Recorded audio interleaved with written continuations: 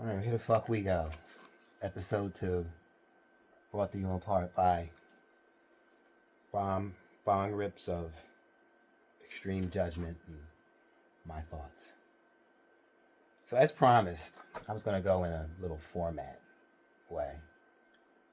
And I promised some topics, and here are the topics promised as premiered for episode 2. For those who don't know me, I'm Paul Smith. I'm 53, a little full of myself, but getting better. Getting better. Anyway, let's off the top rope. Let's talk about failed comedians, because I mean that's really been all over the news, right? If Shay racking up them numbers, bringing on bitter comedians with a gripe, and the recent guests have something in common. They've either hit a level or maybe not been to where they needed to be, and instead of turning the mirror inward, maybe asking some questions about maybe what they did, man, they came out with a lot of shit, a lot of information. And what's funny about this dynamic is when you have a certain group of folks who can only think down one lane, it's really easy to sell a lot of bullshit to folks, wrapped in some truths. Because here's the thing, folks, all you little buttercups who are victims, everybody has had a shithead in front of them that didn't work out one way or the other. That's just how it is. And I'm going to cover a little bit later in the What Happened to Men segment and our lack of resilience. We'll get back to that, because this isn't a male thing. This is a everybody thing, because everybody from Monique to some unknown dude, Corey Holcomb, and all of that. Again, they all have this one thing in common. They all have the magic formula for all of the comedians who made it. Like, it's always got to be a shadow organization or Illuminati, or my favorite, he wore a dress. Thousands of dudes, maybe millions, probably have worn dresses on stage and they didn't get anywhere. So I don't understand how that makes sense. But that breaks into your homophobia. Again, we'll cover that later. But the thing about it that's most kind of disappointing, and it's the thing, people that are who've never tried anything or tried something once and didn't make it, and they run back to their neighborhood with the rest of the losers, and they all have this one thing in common: they shit on everybody who's made it, including those who just made it on simple hard work. I know that is a ridiculous concept in the corner bar culture and in the poor me culture, and it's like that in the trailer parks too. It's everywhere where low rent meets excuses. The thing is, there are people at the very, very highest of every industry, whether you guys like it or not. It's a sad truth, I understand. They actually got there on hard work. Yeah.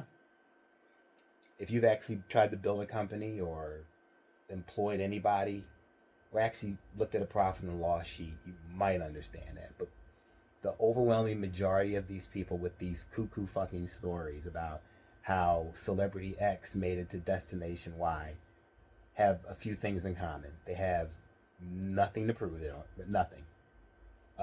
Literally nothing. It's usually a mix of bullshit and people with vendettas. Because behind every star, including Kevin Hart, there's always that guy that came in second. And you can either be known as the guy that came in second to Kevin Hart, or you could do something else with it. It's sad. And they all don't understand what this really looks like. It makes, like, Kevin Hart's like the Thanos of fucking comedy. He got rid of all y'all. And now y'all just sitting crying in your beers because you're one shot. There's just one. Dr. Phil is the biggest grifter in the world. That dude, he had 10 failed companies Google works. Go ahead and look it up. He had 10 failed companies before he met Oprah with his jury consulting service. And he spun off of that. But you guys know a good grift when you know one, especially in Philadelphia. But anyway, again, the central part of the whole, the Illuminati and this shadow organization, or it's always an excuse for y'all folks that just sometimes you just didn't work hard enough, or sometimes you just didn't connect enough, or sometimes you just weren't lucky, or sometimes, you know what, maybe your shit wasn't good, or maybe your crowd is your crowd. No matter what you do, whether you're a creative, or whether you think you belong in corporate sales when corporate sales told you otherwise. Things like that. Like, I know I've been in sales for 30 years, and you know what? There's a bunch of losers who never made it that have every story about everything from politics to the clients didn't like me. It's just not bullshit. Everybody wakes up with some type of bullshit ahead of them. You just gotta either go through it or give up. And failed comedians seem to give up. So we'll go ahead and tie that one off. Oh, this is my favorite one, and this is great. This is the "What is a Bird" section of my podcast, because it's very the feather community has been ruffled by my social media posts, if you know anything about me. It's so funny because people who understand nuance and don't sit in corner bars all the time would understand nuance as opposed to taking things personally. So I don't like to explain things to people, really don't, because I don't have to. But I can tell you some things about a bird. I can tell you what a bird does and some characteristics about a bird. So let's start with some of the main characteristics. Whether we're talking the trailer park, we're talking the Southeast, we're talking the Deep South, we're talking the hood. Anywhere where there's a low income quantity and that whole insecurity wrapped around it, that produces birds, that produces hoteps, it produces a whole situation. And not just hoteps, country boys, rednecks, they're all within the same income group. And the funny thing is they think that they're different, but they all have this in common. So birds are they've generally grown up right there. Whether, again, city,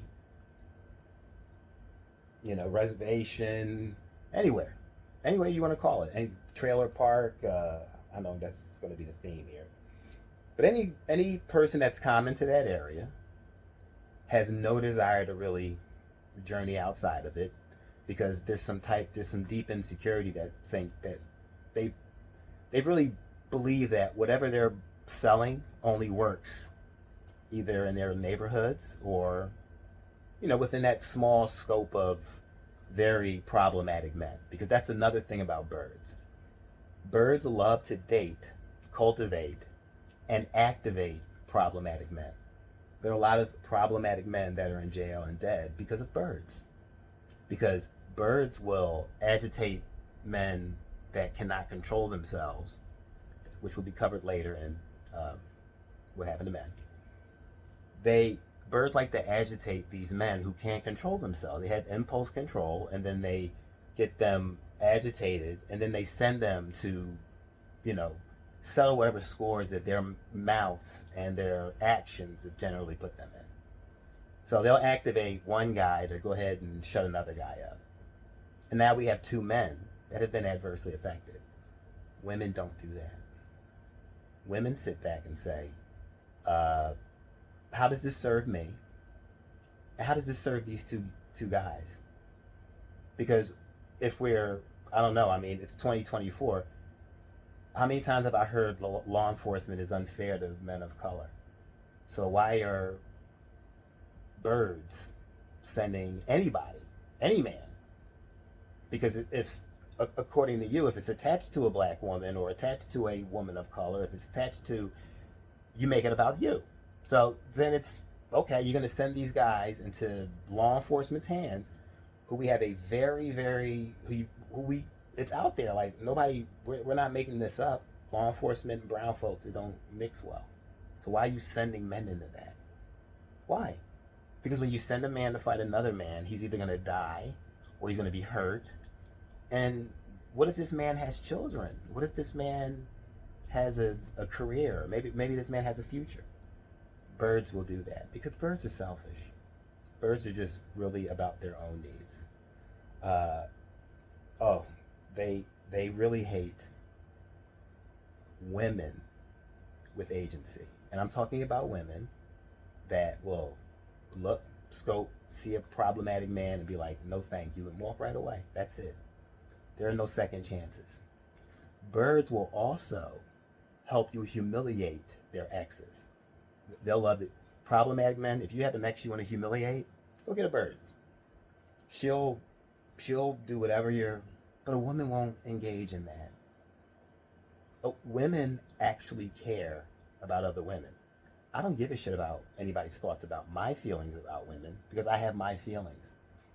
You can call them what you want to call them, but I respect women who advocate for other women. Yep, that woman you all hate in the group that is a little mean. So she's mean because she know you motherfuckers are can't be trusted. But her girlfriends want to just let loose for a night, and somebody's got to watch out for them. It's just true. So you hate women. Birds aren't like that. Birds will, oh, they will set you up on a date with a problematic man with a huge problematic history. A woman's not going to do that. Nope. In fact, the man that cares about you is not going to do that. I'm not going to do that. I used to do that, and you know what? One of my biggest regrets. And I thought I even had a filter, and I was still wrong. I would never do it. Now, fuck that. Why? We say we care about women. Do birds care about women? Because if he's problematic and you heard he smacked somebody around before, why would you do that? Or if you heard he's a cheater, why would you do that? Not, leave your scale of morality out of it. Birds will accept affairs. Of course, we know this. That's another thing that birds will do. Listen, you can keep calling. It's third affair. It's third scandal. Birds will choke down that humiliation just to have a relationship. A woman, she'd rather be called cold and they're not cold. They're just fucking guarding themselves against the bullshit. And part of the bullshit is birds. You accept that. These men don't do better. Number one, because they know they're not doing better. We can both agree that it is their jobs to do better. But it would help if you didn't accept the bullshit too. And girls are watching you. No matter what you feel about what I'm saying. Girls are watching you. So how about we do a little better for them? A little bit of an example. So to recap, birds love corner bars. That's the men are drunk and the standards are low. Birds hate women, any woman of any race with natural features, whether it's long hair, whether it's this, that. They have to make jokes about it, and then the passive aggressive compliments. Women that look like this, they know what I'm talking about, and the biracial women get it from everybody. We can talk about colorism on another one, but biracial women get it from the birds more than anybody. Your issues with race ain't their problem. But birds will come to a party and everybody's having a good time. Here come the birds with their issues. It can never be just fun. It can never be light. And it's always followed with, I'm not changing for anybody. Well, that's the thing. Birds are stuck. Birds are stuck in whatever year they peaked. Whatever year the least problematic guy gave them the most amount of attention is the year that they have mentally stopped. There you are, birds. So next, to add balance and really give a full spectrum of how I think as a person. Let's get the men. What happened to honorable men? And I'm gonna tell you, this is based on the journey and based on being where you are in life and as a 53-year-old man. And I can sum it up. I'm as my 20s, I felt like I was recruited into a cult, and I was being fed misinformation by the dozen by problematic men just covering their tracks. That's it in a nutshell. For the first myth, and women are gonna love this one. The first myth: women are petty and vindictive. Women are not petty or vindictive. Women are justice seekers. That's what they are. They're justice seekers. Every time I have ever been problematic to a woman, she has neither been vindictive or petty during it.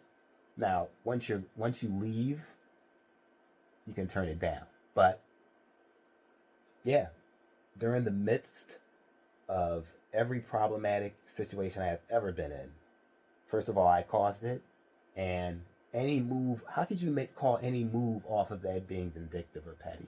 She's literally working off of your energy. So, point one, men are actually vindictive and petty. And it's sad because men weren't always vindictive and petty. Men have lost the ability to show mental fortitude and humility. And when I say that, I mean these men today, they're clearly resistant to therapy because therapy is someone telling you directly about yourself and you don't really have to refute. Men cannot control their anger. They cannot control their impulses. Brutish. It's ridiculous. It's not necessary. It really isn't. You should be able to disagree with someone else and walk away. And the fact that men now don't have the mental fortitude to do that is funny. That's exactly how I curate my life. You don't have any feedback. And what little feedback I allow doesn't bother me. So if you can't handle the feedback, just take it away. It's okay. And here's the thing. It's all right to say that you're a little sensitive to the feedback. It's not going to kill you. It's actually a step forward. You don't always have to have an armor of this impenetrable confidence that, no, everybody's confidence gets shaken. The problem is with men today is you can't take one hit and keep moving. I spent about 25 years around a bunch of locals who all had one thing in common. You can all tell they made one big swing, it didn't work out, and now they're blaming everybody else. Kind of like the failed comedians. How things intertwine. I sat around a bunch of sad sacks who couldn't move a needle forward because they were too busy being focused on the wrong things, which is another thing that's wrong with men. And I had it, and everything, disclaimer, everything I'm talking about is everything I was doing. Every bit. I'm not absolving myself of anything. Men have a lack of devotion to their partner. Done. They have none.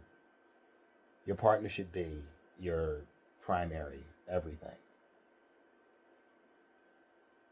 Whoever your partner is, doesn't matter to me. That person should be first. That temperature should be taken every morning. And that person should be as centered as you are. And if that person's not centered, it is your job to help them get centered. That's okay. In any way you can. And that person is, if you're with the right person and you communicate, that person will tell you how to do that. It could be as simple as turning the heat on 40 minutes early. Just something like that. But just being attentive. And men have lost their way of being attentive because your shit's everywhere. We only have so much attention. And sidebar, end the LeBron versus MJ argument. It's such a fucking stupid argument and a waste of time. That time you could be putting in your relationship. And this part's going to sound preachy, but who gives two fucks? I really don't. Because I can go from problematic to preachy. Because I was super problematic. So, men have a lot of time. It's like a pie chart. You're taking a percentage of your time and putting it in a place it doesn't need to be. And yep, sports, them stupid fucking tailgates, your stupid fucking sports debates on social media, you could pour all of that time into either yourself or your relationship. There's nothing wrong with that. And your family and your job. Those things, or your business or your career, those things should be first. And if you got 2 or 3% of that pie chart open, all right. But yes, that's going to make you less visible and less available to a bunch of people who, guess what, don't fucking matter. They don't. Because the ones that matter will adjust. And the ones that don't will fall off. Trust me. I know this. I know this well. You lose all the weight you need.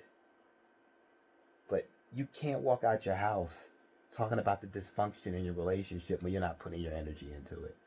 Can't solve it at a corner bar. Can't solve it at a barbershop. You can't solve it at another fucking frat party. You can't solve it at your union meeting. You can't solve it at some broke-ass Kevin Samuels retreat. You do it by paying attention to the person in your relationship. And people aren't that complex, especially women. Women are so easy. Once, and listen, it sounds great now. I had to remove a lot of things. Less interested in sports. I don't binge watch a bunch of fucking... Yeah. But, you make your own... changes, but you have to. And men need to get back to the men that are doing that. Because you men love to talk about fucking traditional bullshit because you're so afraid of progress. Well, traditional men were accountable to their families first, and their wives first, and their kids second. I'm not talking out of school, right? And everybody who knows me, I'm about as liberal as it fucking gets. And the last place you're gonna find me is a church. Nope, not interested. Not interested in organized religion at all. I just love some folks that are like extremely religious or spiritually, whatever you want to say. Shout out to Jamal Boyd, love him. But I don't really rock with that stuff. So this stuff sounds really conservative leaning, and it's not. It's just human leaning. So, and the last part is like men lost their independence. I mean, they did. Men don't protect the women from problematic men anymore. Y'all just let those motherfuckers go right through the turnstile, man. Not cool. For a few reasons. And some of them I understand. The ones I don't is you belong in a clique. Like, that's icky. Because if one rapist is in the clique, if one woman beater's in the clique, as far as I'm concerned, y'all 4 woman beaters. Yep. Guilt by association. That shit is actually true. And it actually is proven to be true in most situations. So men have lost the mental fortitude and the independence to call out other problematic men. And I can give you a real-time example. I had a friend, someone at the point, I thought was a friend who was acting very problematic to another woman. He asked me for my opinion. I said, basically, leave it the fuck alone. That was it. But I didn't call him a dickhead or anything. I didn't judge him. He asked for my opinion. I gave my opinion. And I was cut off. Petty and vindictive, like a woman. But men have taught me that women do that. Right? Because a man should say, man, you're someone I trust. I have some modicum of trust for you. Or, man, this is a real opportunity to get better. Maybe I need to take a step back. No. When people don't get the answer they need and they've already arrived there, sometimes they lash out. And that's what happens. But you have to be more you have to be more you have to be stronger. You have to be able to take that in. And I can tell you, a guy I once knew confronted me about being toxic towards a woman. And even though not much about him is desirable, his point during in that moment was correct. I was being very problematic to someone I had broken up with, very problematic, and for no reason other than my ego, saying very hurtful things. Now, to be honest, this guy was just sucking ass because he thought he had an opportunity, but as in life, he probably didn't. Uh, but the message, and he was very right. He carried a very correct message. I was being problematic, and here's the thing: thanked him. I was like, you know what? I actually admitted it in that moment, and I was very immature and pretty stupid, and I even saw it at that moment.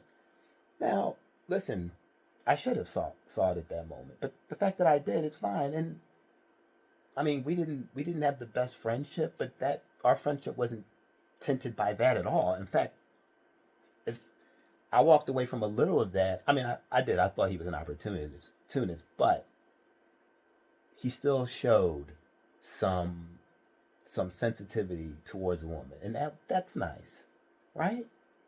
And you should be able to do that, not get all fucking rowdy. It's fucking ridiculous. And the thing with the men and the independents is the fucking the group dynamics. I'm gonna say this for posterity. I'm 53 years old. In my opinion, when you hit about 30 fucking 5, the frat boy friends gotta go, and you're not hanging out unless you're a single man, not in a relationship, not raising a family, right? But you're hanging out with other single men and y'all hanging out and doing y'all things. But you can't be raising a family and being accountable to another person when you're accountable to other fucking men, which is ridiculous. Men accountable to other men. Because what's going on? Sports bar at his house, or we going to see the game, and these men feel pressure to show up. They'll say it's about the game, but it's also to be there for their friends. It's such a ridiculous weirdo shit. It's weirdo shit. And what happens, right?